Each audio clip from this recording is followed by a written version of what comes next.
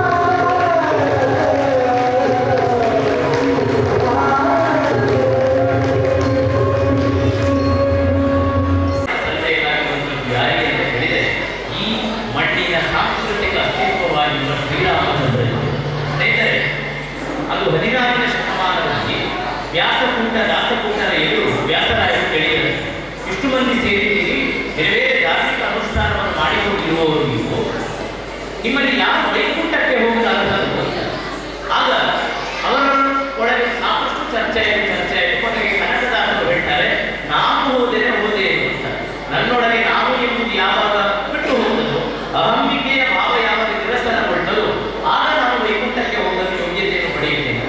ಒಂದು ವೇಳೆ ಈಗ ವ್ಯಾಸರಾಯನ ಸೋಮೇಶ್ವರದ ಈ ಸೋಮನಾಥ ಚಾವಡಿಯಲ್ಲಿ ಸೋಮೇಶ್ವರದ ಆಯನಕ್ಕೆ ಬಿಟ್ಟು ಯಾರೆಲ್ಲ ವೈಕುಂಠಕ್ಕೆ ಹೋಗುವ ಅರ್ಹತೆಯನ್ನು ಹರಿಕೃಪೆಯನ್ನು ಪಡೆಯುವವರಿದ್ದಾರೆ ಅಂತ ಕೇಳಿದರೆ ಬಹುಶಃ ನಾವೆಲ್ಲರ ಕೈಗೆ ಎತ್ತುವುದೇ ಹೇಗೆ ಅಂತ ಕೇಳಿದರೆ ಇಡೀ ಜೀವನ ಆಯುಷ್ಯ ಬಲವೇ ಪಾವನಗೊಳ್ಳುವ ಹಾಗೆ ಎರಡು ಮಹತ್ವದ ಘಟನೆ ನಮ್ಮ ಜೀವಮಾನದಲ್ಲಿ ನಡೆಯುತ್ತೆ.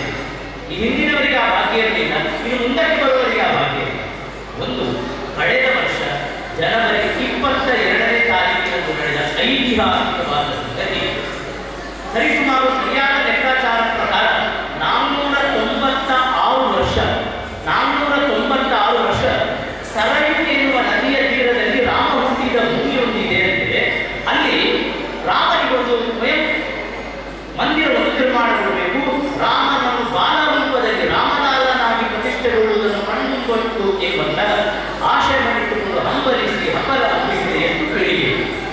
ತಂದೆಯ ಕಾಲಕ್ಕೆ, ಅಜ್ಜನ ಕಾಲಕ್ಕೆ, ಮುತ್ತಜ್ಜನ ಕಾಲಕ್ಕೆ ಹಂಬಲಿಸಿ ಸಾಧ್ಯ ಆದದ್ದು ನಮ್ಮ ಕಾಲಕ್ಕೆ ಆಗಿ ಹೋಯಿತು ಎನ್ನುವುದು ಬಹಳ ದೊಡ್ಡ ಅದೃಷ್ಟ. ಹಾಗಾಗಿ ನಾವು ನಿಜ ಅರ್ಥದಲ್ಲಿ ಭಗವಂತನ ಪೂರ್ಣ ಅನುಗ್ರಹವನ್ನು ವೈಕುಂಠಾರ್ಹವಾಗಿರುವಂತಹ ಅರ್ಹತೆಯನ್ನು ಪಡೆದರು. ಹೌದು, ಅಯೋಧ್ಯೆ ಯಾವ ಕಾರಣಕ್ಕೂ ಯುದ್ಧವನ್ನೇ ಬಯಸದೆ ಯುದ್ಧ ನಿರಸನಗೊಂಡಂತಹ ಹೆಸರು ಅಯೋಧ್ಯೆ. ಅಂತಹ ಅಯೋಧ್ಯೆಯಲ್ಲಿ ರಾಮ ಪ್ರತಿಷ್ಠೆಯನ್ನು ಮಾಡುವುದಕ್ಕೋಸ್ಕರ ನಾವು ಯುದ್ಧಗಳನ್ನು ಮಾಡಬೇಕಾಯಿತು. ಅದು ವೈಚಾರಿಕವಾದ ಅದು ಮಾನಸಿಕವಾಗಿರುವಂತಹ ಯುದ್ಧಗಳು. ಕೊನೆಗೂ ಭೂಮಿಯ ಭಾಗ್ಯ ಎನ್ನುವ ಹಾಗೆ ಅಯೋಧ್ಯೆಯಲ್ಲಿ ರಾಮ ಪ್ರತಿಷ್ಠೆಯಾದ ಮರುವರ್ಷ ಈ ವರ್ಷ ಬಂತು. 4 ವರ್ಷಕ್ಕೋ 6 ವರ್ಷಕ್ಕೋ 12 ವರ್ಷಕ್ಕೋ ಕುಂಭಮೇಳ ನಡೆಯಲಿದೆ. ಏನು ಆಯುಷ್ಯದ ಭಾಗ್ಯ ನೋಡಿ, 144 ವರ್ಷ ಇದೇ ವರ್ಷಕ್ಕಾಗಬೇಕೆ?